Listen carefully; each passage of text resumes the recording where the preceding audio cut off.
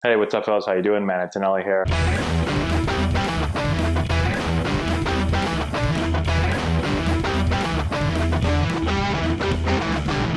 Hey, what's going on, guys? How we doing? Matt Antonelli here. Today we're talking about my journey to the major leagues. Now, my channel has kind of really become popular lately, and so we get a lot of new subscribers every single day, and a lot of people have no idea who I am. And so I've been getting a lot of questions recently about my career, how long I played in the major leagues, what was my journey to the major league. And so I'm going to go back. I'm actually going to go back to high school, going to kind of walk through my journey so that everyone that's asking has a better understanding of where I've come from and what I did as a player. And obviously now I'm coaching. But we're going to go really over it and get into as much detail as possible for those of you that have no idea who I am. I have talked about this again. We've made a lot of videos. And so in different videos, I'll talk piece by piece about my career. But I'm going to try to detail the whole thing. Okay? So let's go back to high school. I went to high school at St. John's Prep, Danvers, Massachusetts. So it's about, 20 minutes north of Boston. It's an all boys high school, really good athletic high school. Football, I played football, I played hockey, and I played baseball. Good academic school as well. So again, it's a private Catholic all boys high school. Okay, so I played those sports there. Ended up two things. One, got drafted out of high school by the Los Angeles Dodgers in the 19th round, and I also got a scholarship to Wake Forest University, which is in the ACC in North Carolina, Winston-Salem, North Carolina. So I got a baseball scholarship there, and had to decide: do I want to go play in the minor leagues with the Dodgers and try to pursue a big league career, or do I want to go to college and maybe, and hopefully 3 years later, end up back in the draft and get a chance again. And so I decided to go to college for a couple of reasons. One, academics were really important to me. I knew that I could go to Wake Forest, get a really good education, get a degree, and would have my degree to, again, if baseball didn't work out, I'd be able to get into the real world and hopefully get a really good job and have a successful career in whatever I chose to do. The second reason I chose to go to Wake Forest instead of go in the draft is because I thought that I could really improve my skills. I was a northern player, obviously from Massachusetts. Didn't play a whole lot of baseball growing up. I mean, I played a lot of baseball, but like compared to other parts of the country, it snows a lot where I'm from. And so I also played hockey and I played football. And so I didn't dedicate a ton of time to baseball. And I just felt like if I went and played 3 years of college, I felt like I could really improve and go much higher in the draft. Okay, so I went to college, played 3 years at Wake Forest. After my junior year at Wake Forest, got drafted in the first round. So I went from the 19th round to the first round. That was really my goal. My goal, I've talked about this before, when I went to Wake, I said I want to be a first round pick. And so I really dedicated myself, everything I could do to try to become a better player. I ended up getting drafted in the first round. I was super pumped about it. And so I signed with the San Diego Padres. They drafted me 17th overall. All right. And so this was in 2006. And now I'm in professional baseball, and now it's time to try to make it to the major leagues. And so my goal was always to get drafted, to get in a pro ball, but really my real goal was to try to be in the big leagues and hopefully have a really long career, play for like 10, 15 years. And so that was my goal. That was my goal from when I was young. So I get drafted.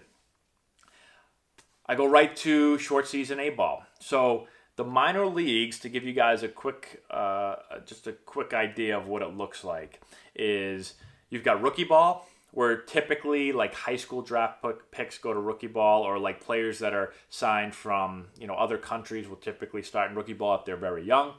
Then you've got short season A ball. Short seasons, typically if you're a college draft pick, you usually go to short season. It's called short season because it begins in June. Most seasons begin in April, but this begins in June because the draft is in June. And so those players need a place to go play. And so that's where I went to play. I went to play Eugene, Oregon for the Emeralds in short season A ball. Okay? I went there, hit pretty well, got hurt a little bit. Not, if you follow my career, you know that I've got hurt a lot, but I had like weird injuries. Like I was bunting and the ball hit me in the finger and almost broke my finger, and I missed like 10, 12 games there. And in short season, the season's only like 50 games or something. So right there is like almost a quarter or a fifth of the year. And so I ended up hitting okay, hit right around 300, got on base a ton. I think I was like second in the league in on base percentage, which was something that I always did really, really well. I always got on base well. And so I hit no home runs, though. I hit 0 home runs. I had no pop. I was actually way too passive and took a bunch of pitches, and I walked a lot, but I didn't drive anybody. I didn't drive the ball. Anyways, towards the end of that summer, I got called up to low A. So it goes rookie ball, then short season A ball, then low A ball. Okay, so I went to low A, Fort Wayne, Indiana, for the Wizards. Now they're the Tin Caps. I played for the Wizards. Got called up for the playoffs. There was like a couple of us that got called up for the playoffs, and I didn't really play at all. I think I went 3 for 16, something like that. Just kind of played sporadically, and then didn't play for the playoffs. I think it was more to just give me a taste of low A ball, see what it was like. It was okay. It wasn't that fun sitting around not playing. But we went to the playoffs. I think we got lost in the first round or something, and boom, season's over. From there, I went to Instructional League in the fall. So Instructional League is typically for first-year players, sometimes second-year players, and it's just kind of learning, what it's like to be part of the organization. Because you get drafted, you go right into the season, and so now it's like you get to go in the fall. It's at the spring training complex in Peoria, Arizona. And so you go and you kind of learn what it's like to be a Padre or a Yankee or a Red Sox, whatever you are. You just kind of learn, you meet people in the organization, you meet other players, you meet the coaching staff, you meet the roving instructors, you meet all those people. And you start to learn the philosophy of the organization. You also start to just really work on your skills, right? You're a professional now, and it's different than college. There's no school. It's all baseball. And so Instructional League is fun. It's like a 5-week period, maybe 6-week period. And for me, I was actually transitioning from third base to second base. So I was learning to play a new position and just continue to work on my overall skill set. And it was a really good time for me. I hit the ball really well. And I think it's what helped me to progress through and not have to go back to low A. So let's fast forward now to spring training of 2007. So it's my first year in spring training. I go to minor league spring training. I play in a couple of major league games in spring training. And I end up hitting really, really well. I came out and I don't know what my average was. I wasn't really keeping track of it, but I know I hit really well. And I didn't have to go to low A ball. They moved me up to high A ball. Okay, so that's the next step in the minor leagues. And so I went to Lake Elsinore, California. And I went there, and I just crushed the ball. Like, that was the best year of my life. So I was there for a little more than half a season. I ended up hitting, I think 314 with 14 homers and 20 stolen bags or something ridiculous. And so my numbers were crazy. Ended up making the All-Star team. And then right after the All-Star game, I got called up to Double A. Okay? I get to Double A, and I'm on fire for some reason. I remember I hit I think I hit 5 or 6 home runs right when I got up there. It was just every game I felt like I was hitting a home run. And I was hitting 4-something for a while. And going into August of that year, I was hitting I think I was hitting 330 or 340 with 21 homers and 30 stolen bags. And my numbers were just out of control. And I was like, this game is so easy. I'm going to play in the major leagues for 20 years. I'm going to be the next Barry Bonds. And that didn't happen. Then I got to September. I got to August, and I forgot how to hit. And I hit 200 with no home runs in August. It was brutal. And then I couldn't hit in the playoffs. We ended up winning the Double A championship, which was great. No help from me. I did nothing. I played pretty good defense, but I couldn't hit to save my life. And then I went to the Arizona Fall League after winning that. So Arizona Fall League is kind of like a fall league for basically minor league all-stars, kind of like players that are going to probably play in the big leagues for a long time. And my struggles continued. I couldn't hit there. Something got into my swing and wouldn't leave me, and I just couldn't figure out what the hell was going on. I just know I couldn't hit it anymore. Lost my swing. It's beginning of, just a lot of nights where I couldn't sleep because I couldn't hit. And I was really getting pissed off. But looking back, this actually helped me in my coaching career now. So it was the first time I had to try to figure out my swing and learn more about the swing. I'd always just hit.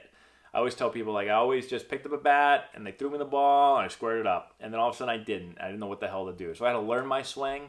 I had to learn what good hitters do. I had to watch film for really the first time. And I had to learn how to deal with failure. I had to learn how to, all those things. How to not give up, because baseball is the most negative sport in the world. You fail all the time. And even though I wasn't failing a lot for most of my career, it's still, you can be a great hitter and you're going to get out 70% of the time. Well, now I was getting out about 80% of the time, and sometimes getting out 85% of the time. And so I had to learn how to deal with that. And it was rough. And I went to spring training the next year. So I was on, I'm on the, I guess on the fast track here, but now I'm hitting a speed bump. And so it's time, like they sent me to AAA. So I go to big league spring training that year and I do okay and they send me to AAA, right? So now I'm in AAA. I went through the minors really, really fast. I get to AAA and I still can't hit. And I hit like 160 for like the whole first year probably the first half of year at AAA. I'm hitting like 160. I stink. I've never not hit in my life, and I just don't know how to hit. Like, I can't hit BP, I can't hit anything. I put the ball on a tee, and I can't square the thing up. I'm like getting jammed off the tee, coming in 0 miles an hour. And I think my career is over. I went from thinking I'm going to be Barry Bonds to thinking I'm the worst player ever, and I'd struggle in T-ball. And so I've really got to learn my swing, and luckily I had a teammate, Sean Wooten, who kind of helped me figure it out. And I went from hitting 160 through half the season, maybe 3/4 of the season. The last month I ended up hitting 3-something. So I figured it out. I was literally like in my hotel room. He was my teammate, my roommate, and I had like broomsticks like in the mirror, like going through my swing, and him telling me like, no, you got to do this and that, and all this stuff. He taught me a lot about the swing, and he was like right on. He got me to go from not being able to hit it all to being able to hit 300 the last month of the year. I think I hit 2 home runs all the way up to August, and then I hit, I think, 5 home runs in August. And so I just like flipped the switch and I figured it out. And luckily I did it right at the right time because I had a really good August. And September came, or right towards the end of August came, and our manager Randy Reddy called me into the office after a game. And I didn't know what he was going to say. The last thing I thought I was getting called up because I was still hitting only like 230 or something like that. That's how bad I hit for that most of the year. And he said, congratulations, you're going to the big leagues. And I got called up. And it was the weirdest thing ever because I was kind of in shock. In some ways, I was like, I don't know if I really deserve this because I had a horrendous year. But I did figure it out just enough, and I'd worked, just hard enough and had help from Sean to be able to get there. And so I was pumped. I didn't envision myself, when I envisioned myself going to the big leagues, I envisioned myself going after years like in high A and double A where I was just raking and I just felt amazing. But that's not how it went.